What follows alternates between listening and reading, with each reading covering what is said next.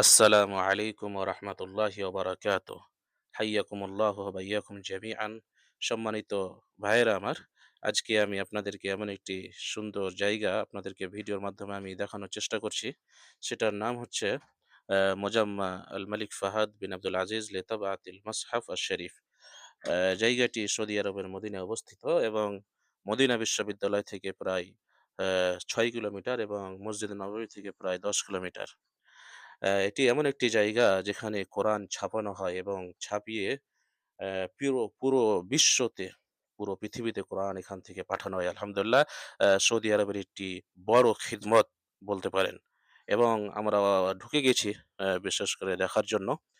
এবং যায়েরিন যারা আছে, বিশেষ করে যারা হজ উমরা করতে আসে এবং এই জায়গাটি তারা ঘোরার জন্য এখানে দেখতে আসে এবং মাআলিমে মাদিনা, আ যে মদিনার ঐতিহাসিক জিনিসগুলো দেখার জন্য সৌদি আরব যে শামিল করেছেন, তার মধ্যে এটি একটি জায়গা। মুজাম্মা আল মালিক ফাহাদ লিতাবাতিল মাসহাব আশ-শরীফ এটিকেও শামিল করেছেন।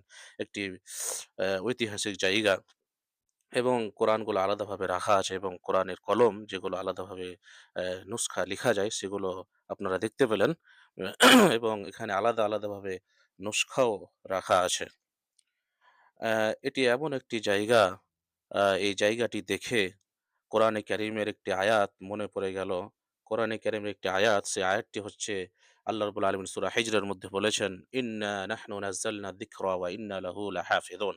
আল্লাহ রাব্বুল আলামিন বলেছেন, "নিশ্চয় আমি কোরআন অবতীর্ণ করেছি এবং আমি ওর সংরক্ষক।"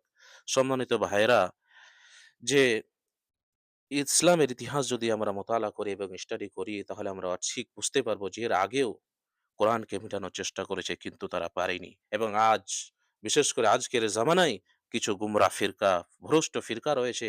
তারা মানের দিক দিয়ে অনেক রকমের চেঞ্জিং করার চেষ্টা করেছে। কিন্তু শাব্দিকভাবে আল্লাহ রাব্বুল আলামিন যেভাবে নাজিল করেছেন আজ পর্যন্ত সেটা সেইভাবেই আছে। এটা আল্লাহ রাব্বুল আলামিনের একটি চ্যালেঞ্জ। হ্যাঁ? কিন্তু তারা ফিরকা যারা রয়েছে, ভ্রষ্ট ফিরকা, তারা মানির দিক দিয়ে অনেক কিছু বদলানোর চেষ্টা করেছে। কিন্তু আলহামদুলিল্লাহ, ওলামায়ে কেরামের এমন একটি টিম এবং গ্রুপ রয়েছে সেটাকে শুধরানোর চেষ্টা করে আলহামদুলিল্লাহ এবং সর্ব অবস্থায় সেটা বিদ্যমান থাকে আলহামদুলিল্লাহ।